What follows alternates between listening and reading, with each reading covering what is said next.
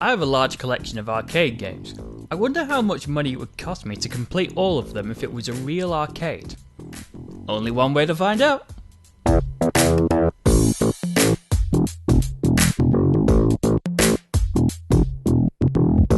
Let me take you back to 1992.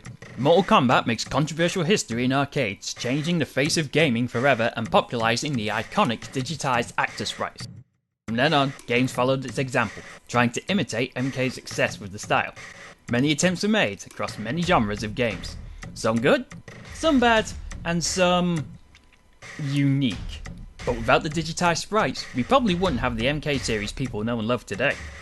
What if I told you though, that MK wasn't the first game to popularise actor sprites?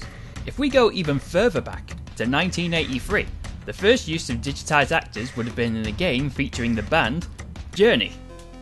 The game, also called Journey, would have you playing as the band members as they tried to recover their instruments from aliens who've stolen them. The machine would also have a camera installed so that you could snap your own face into the game. The game, however, was pulled after just 2 days of test marketing, as on the second day, someone exposed themselves to the camera and marketers worried that this would be a common occurrence, so rejected the game. The band and the game went their separate ways, but the arcade industry didn't stop believing in digitised sprites. More games were made in the style, but it didn't become popular until today's game hit the scene in 1990. Pit Fighter by Atari. A free-player cooperative brawler, where you fight to become the king of the underground pit fighting scene. The game was released across many gaming platforms, and came out to mixed reviews. Truth is, however, each one differed in some way, so the reviews aren't completely fair, but it's widely agreed on that the Super Nintendo version is the worst of all of them. Lucky for us, however, this is arcade, so we're going to be looking at the arcade version, which may not be that much better. Let's find out. Once you start the game, you are given a choice of 3 characters to choose from. Kato, a 3rd degree black belt, Tai, a champion kickboxer and foot model, and Buzz, the ex-pro wrestler. Each have their own special moves and stats, not that it matters much because they hardly affect the game at all. I shall demonstrate in level 1. Each level will put the player against at least one opponent with an additional clone of an enemy for every additional player, if necessary. Controls are simple enough. You have 3 buttons and a stick. 1 button punches, 1 kicks, and 1 jumps. You can also attack opponents when they're on the ground. Bashing all the buttons stands you back up when you've been knocked down. Pressing punch and kick at the same time lets you grapple an enemy and throw them. And pressing all 3 initiates a super attack that doesn't drain health. Pretty helpful. Shame the attacks are a pile of shit, so I will be using some terms some people may be unfamiliar with when it comes to fighting games. I'll be sure to explain them as we go, as there are some annoying issues with the combat mechanics. Hit detection is a regularly occurring issue. There will be many times where you attempt to move or grapple and it doesn't register, even though your character may complete the move, allowing the enemy to counter you with minimum effort. The most annoying issue though is the AI performing one-frame maneuvers and using iframes, which only gets worse as the game goes on. To quickly explain, an iframe is where during an animation that either the player or the AI is doing, there will be moments in the animation where the character can't be hurt, and those are invincibility frames, or iframes for short. In some games, AI will give themselves iframes to guarantee a counter, and this game is an absolute fucking dickbag for it. A one-frame maneuver is where the AI uses the first available frame of the player's animation to counter or evade the effects of that move. For example, performing a quicker punch before the player even has a chance to wind up the punch they want to do. It's because of these mechanics that the game is hard in an unfair way, and it makes the game extremely frustrating to play. It's a good thing me and my co-op partner had unlimited credits, or somewhere there'd be a broken arcade machine. After you slug your way through a fight, each player is awarded money for feats they performed during the fight, such as how aggressive they were and how many knockouts they got. There is no purpose to the money other than score, which is a missed opportunity. Would have been great if you could buy upgrades in between rounds, but that would make it a good game. Round 2, we're fighting Southside Jim and Mad Miles. In this round, weapons are introduced, and they are slightly better than your bare hands, but not by much. You have the heavy weapons you can throw at your opponent, like bar stools and crates, the light weapons like knives and shurikens which you can stab people with, if the hit detection behaves, or throw them across the arena. And technically, the crowd can be a weapon too. If someone is knocked into the crowd, they will be held there for a second or two, then thrown back into the pit. They don't take any additional damage, but at least gives you a breather. There are also members of the crowd who will get involved in the fight by walking from the crowd to try and stab you. If you're lucky, you can hit them and make them drop the knife. So far, this has been a goddamn fucking stressful game to play. It's not as bad when playing with friends, but still, I'd have more fun with my spine being pulled out through my nose.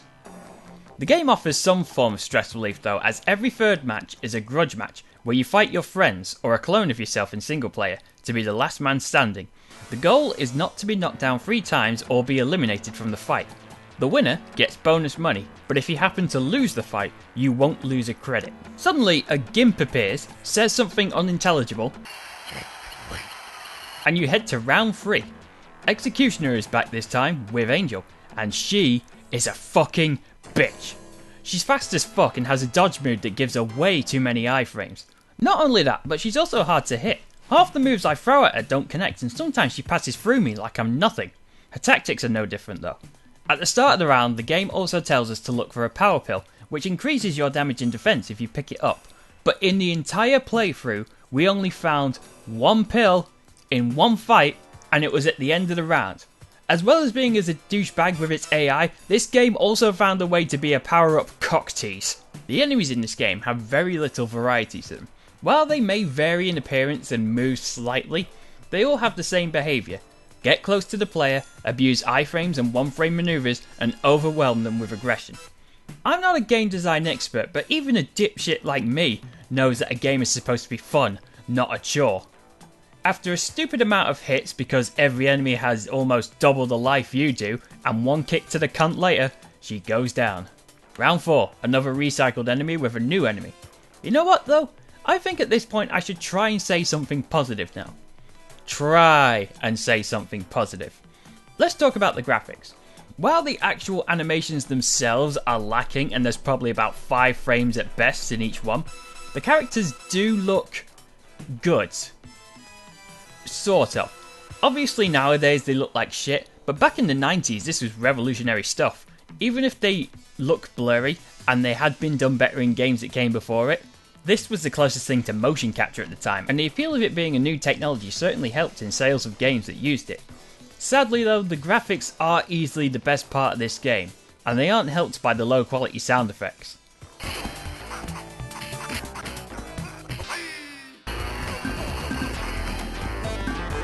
Take that for what you will.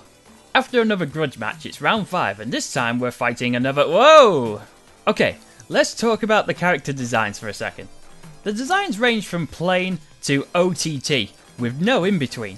One thing I have noticed though is that in 90s beat 'em ups, there always seemed to be a type of character that I called the big tough gay guy.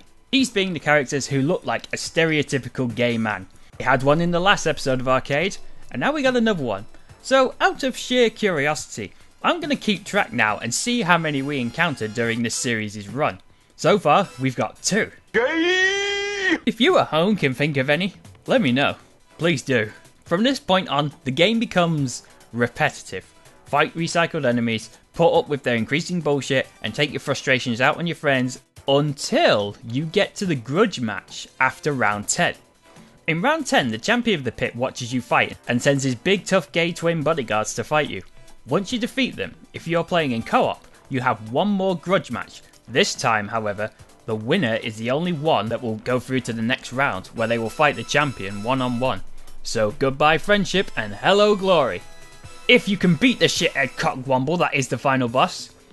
So BDSM Shredder here jumps from his throne and fights you. And he's cheap as shit. He 1-frame counters so much, attacks way too often, and can just interrupt your attacks because he feels like it. He even has a move where he will pick you up off the floor to strangle you. You hardly get a chance to land a hit on this twat, and at this point it's just a battle between the AI and your wallet. The motherfucker can suck my dick.